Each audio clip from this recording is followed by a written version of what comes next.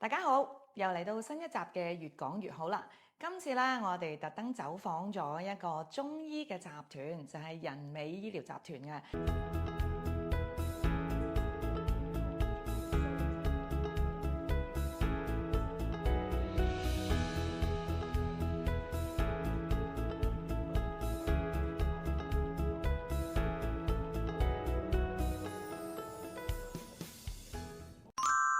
咁喺我身邊嘅咧就係呢個集團嘅創辦人啦。大家唔好睇佢嚇又靚仔啦，係咪？又年輕啦。原來咧佢已經係一個中醫，亦都咧親手創辦咗呢個集團咧好多年㗎啦。咁我哋今日好開心咧，同 Leo 傾下偈。咁啊，Leo可以好簡單同觀眾介紹下你自己少少嘅經歷啊，或者履歷啊咁樣啊。好啊，hello 大家好，咁我叫 Leo 啦，咁其實我本身係一位註冊中醫師，咁啊執業10幾年㗎啦，咁我哋就創辦咗呢個人美中醫診所咧，就大概7年嘅時間啦，今年第7年。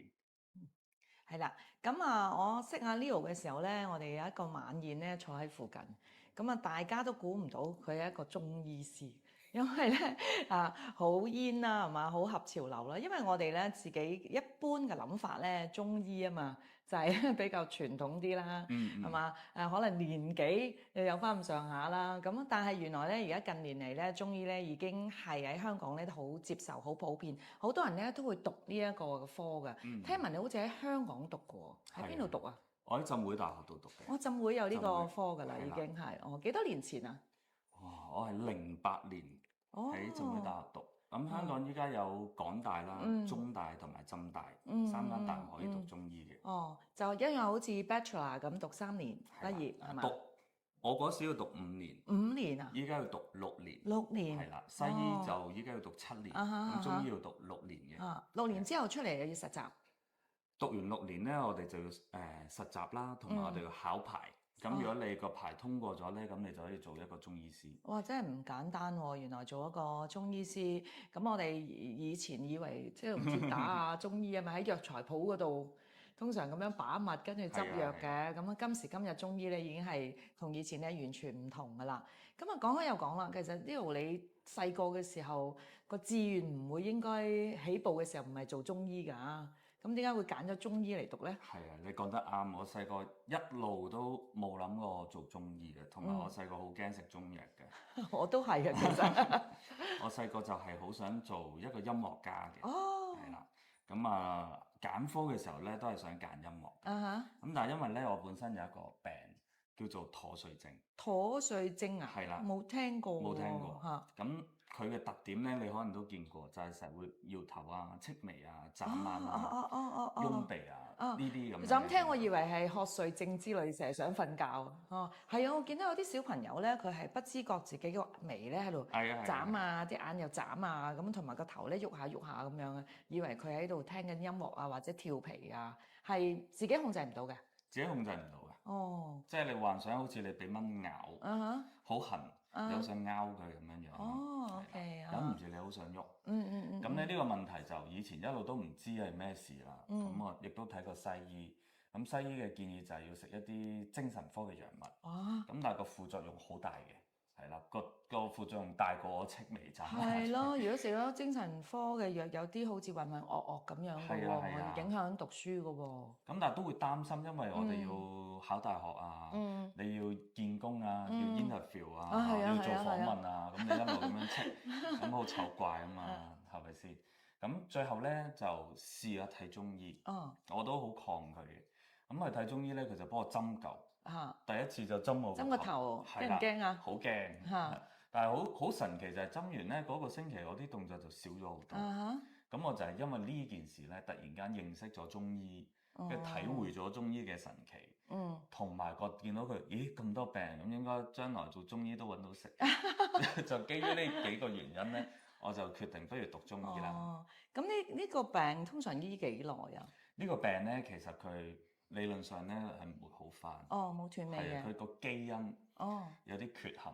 咁所以咧，我哋就控制佢，即係可能你同我做訪問，你睇唔出，咁我覺得就已經係控制得好好啦。OK，咁你而家仲使唔使去吉個頭啊？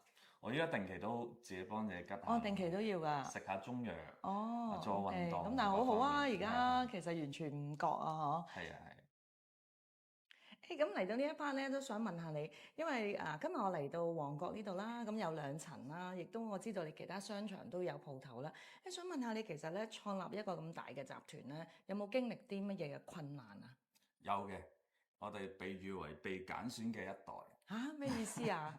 因為我哋係創立之後咧，經歷咗幾件事嘅。係。咁第一件事咧就係一啲政治運動嘅事情啦。咁係喎，你係幾年啊？我係18年。18年，係啊。政治運動嘅事情啦，就喺正我哋樓下，因為我哋喺旺角。係啊。咁又經歷咗疫情啦。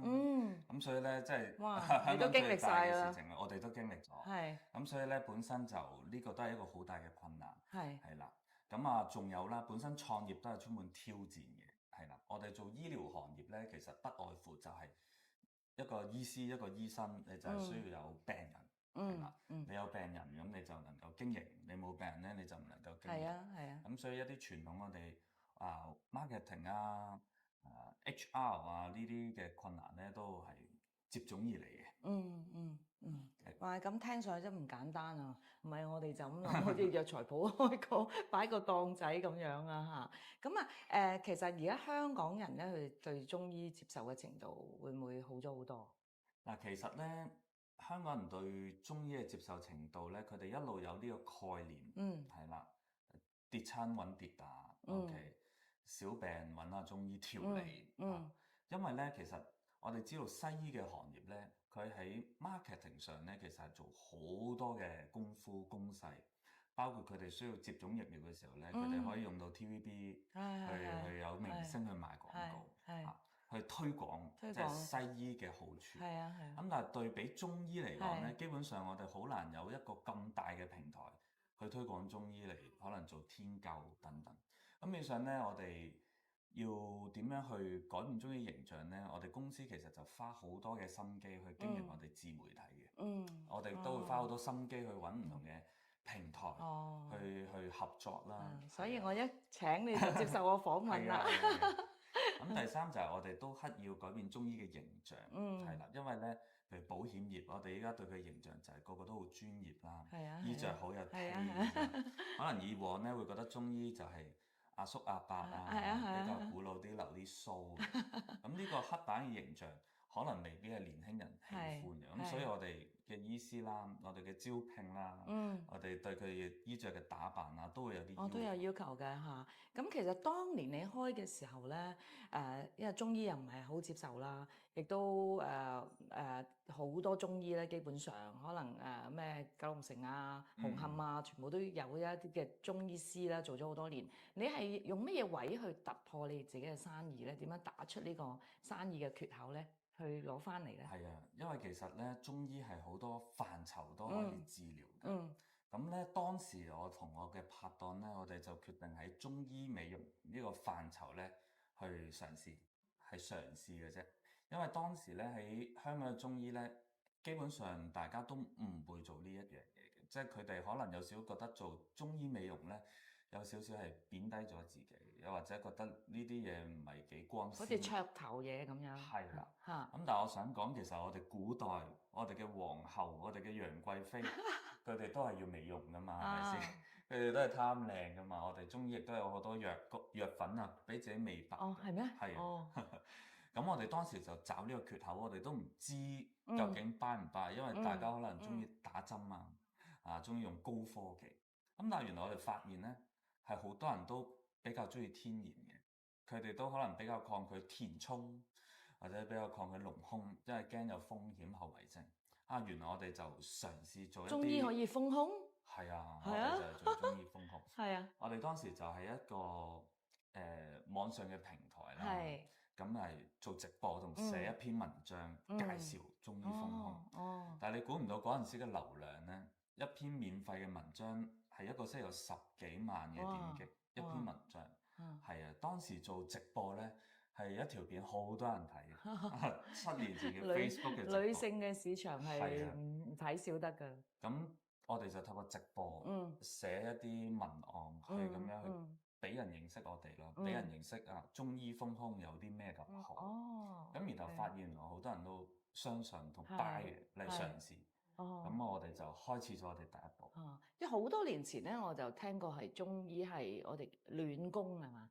即係好多女性佢哋想生小朋友啊咁樣，就中醫暖宮啦。但係咧豐胸咧，我真係少接觸。係啊，我識得你遲啲。而家唔需要。我哋有啲60歲都有做，係嘛？我哋咧可以介紹我哋啲好朋友咧年紀大咗咧開始一路都保養係嘛嚇？咁其實而家係咪市面已經開始接受呢樣嘢啊？嗱，因為咧坦白講，中醫本身喺醫療行業嚟講咧，如果我哋入公營嘅市場咧，佢嘅收入係最低嘅。即係佢比職業治療師、物理治療師同護士咧個工資都係低。都係低嘅。都係低嘅。咁所以好多醫師咧，佢哋都會選擇有一定嘅經驗咧，都係要出去私人市場。咁樣。咁譬如我哋未有中醫美容之前咧，大家都係睇傷風感冒痛症啊。其實佢哋嘅競爭對手由始至終都唔係中醫，由始至終就係物理治療師。係啦，物理治療師係啊。咁我哋就做中醫美容啦，就發覺即係都要有啲收入啦。啲人就開始想改變自己嘅道路。特別好多女醫師咧，其實依家都一定會做中醫美容嘅啦。係啊，咁面上你依家都會見到越嚟越多，越嚟越多。咁你係差唔多係表表者喎，帶出條路嚇。都叫做話業界嘅醫師。我相信而家應該多咗人讀中醫啊。多咗。以前你讀嘅時候應該冇咁多人讀，而家應該可能好多年青人咧都會選科去讀中醫嘅。咁都希望睇我哋嘅觀眾啦。咁可能你啲小朋友讀大學選科或者嘅前景咧都可以多個諗法。其實中醫咧都係我哋小朋友嘅好好嘅出路嚟㗎。係啊，Leo嚟到呢度，我哋講下少少個人嘅嘢啊。因為咧，我見到你成日都好好笑容㗎，我諗你個人應該好樂觀㗎。咁可唔可以同觀眾分享一啲得意嘅個人嘅好難忘嘅故事啊？好啊。咁我哋頭先有提過啦，咁我由細咧就有呢個妥瑞症，就其實呢樣嘢咧會令到我非常之自卑嘅。點解咧？因為第一我成日咁樣戚眉，譬如我哋搭巴士對面坐個人，你望住佢係咁戚眉。如果係個女仔咁點咧？佢以為你撩佢咯，係嘛？咁第二咧就係咧，我試過有一次咧，我哋中學全校幾百人坐喺度，咁校長喺上面講嘢。咁佢望落嚟咧，見到點解有個學生成日喺度揈頭，跟住中午就收到個通告，要見校長。佢就問點解我頭先一路講嘢嘅時候，你係咁反對我？咁又試過咧，好唔開心嘅咧，就係啲同學玩 Truth or Dare，輸咗嘅話咧，就要走去問Leo，點解你成日個頭打拍子嘅？咁或者去到大學咧，就啲同學會扮你咯，就係扮你。咁其實呢啲嘅經歷咧，第一都會令到你自己咧係好唔開心，肯定啦，好冇自信。咁但係呢個已經係事實啦。咁我唯有自己要做嘅咧，就係點樣去提升自己咯。點樣讓到自己有多啲魅力啦，有多啲嘅自信啦。咁所以即係都鼓勵各位啦，即係可能你有唔同嘅疾病又好，或者唔同嘅遭遇都好，其實呢啲都唔緊要。其實我哋第一接受佢先。咁但係我哋更加應該要諗點樣提升自己，衣着又好，笑容都好。咁其實呢啲都係好緊要㗎。同埋最緊要咧都係愛自己先。你唔接受自己咧，冇人接受你嘅。非常好啊，係啊。咁其實我聽到Leo 佢嘅分享咧，都帶出咗咧，有時我哋人生咧好多嘅唔同嘅困難啦。我哋遇到困難嘅時候咧，其實第一樣嘢咧就好似Leo講咧，我哋首先要接受佢，面對佢。咁咧辦法總比困難多嘅。咁樣一路咁樣面對。嚟到呢一 part 啦，咁Leo 可唔可以同我哋觀眾咧分享下一段故事或者係一啲嘅感受啦，鼓勵我哋觀眾，尤其是特別想創業嘅年青人咧，點樣可以向前踏一步？好啊。咁其實咧，我以前好中意音樂嘅，咁所以咧，我想分享下周杰倫嘅故事，因為周杰倫對我自己影響都好大。佢最大嘅影響咧，唔係佢依家好成功，係佢初出茅廬嘅時候咧，佢點樣表現自己？佢好相信自己嘅音樂才華啦，好相信自己作曲能力，但係佢唔靚仔喎，佢就不斷揾機會啦。佢喺餐廳彈琴，見到阿劉德華喺度，佢就表現自己彈劉德華首歌。劉德華唔蘇佢，跟住呢，佢個老闆就俾個機會佢。如果你喺一個星期度作到50首歌，我就俾你出唱片啦。咁呢個係一件好困難嘅事，但係佢就堅持去交到呢個功課。我會第一就係見到，當你熱愛一件事嘅時候，其實你要表現自己先。當你想創業嘅時候，其實你要 all in 落去。你唔好諗自己有機會輸先，你就係要爭取呢個機會。你有冇100分嘅決心要爭取呢個機會？你有冇呢個實力去交到呢50首歌？咁周杰倫做到。咁最後佢都依家係影響咗成個華人音樂嘅一個巨星。咁但係我覺得佢都係一個考唔到大學嘅一個普通人。佢都有講過，如果唔係做音樂家，我可能係一個好普通嘅文員仔。咁所以都要揾到你好熱愛嘅一樣嘢呢，你就 all in 落去，唔好諗個後果住先。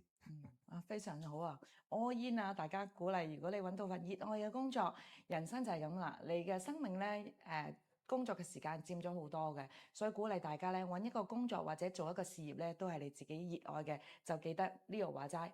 all in 啊！咁今日好開心啊，Leo 同我做訪問啦，咁啊希望 Leo 咧將來都成為中醫界係有影響力嘅人物，咁我哋咧就拭目以待，亦都咧密切留意啊 Leo 嘅動向啦。同 Leo 做完訪問之後咧，我自己好大嘅感受，因為可能自己做父母咧，有時唔知道小朋友喺出邊咧發生咩事，咁原來咁細微嘅一個病咧，都會令到小朋友咧自卑啦，可能唔開心啦咁樣。咁啊，希望咧我哋藉住呢個故事咧，去話聲俾我哋身邊嘅父母聽，多啲留意你嘅小朋友啦。無論係真係好細嘅，或者甚至讀緊中學嘅，佢哋喺人生喺出邊咧面對到啲乜嘢困難，我哋咧真係及時咧加把手咧去幫一幫佢哋，令到你嘅小朋友一生都可以改變㗎。我第一次聽到人話周杰倫唔靚仔嘅，原來 Leo 嘅要求好高嘅。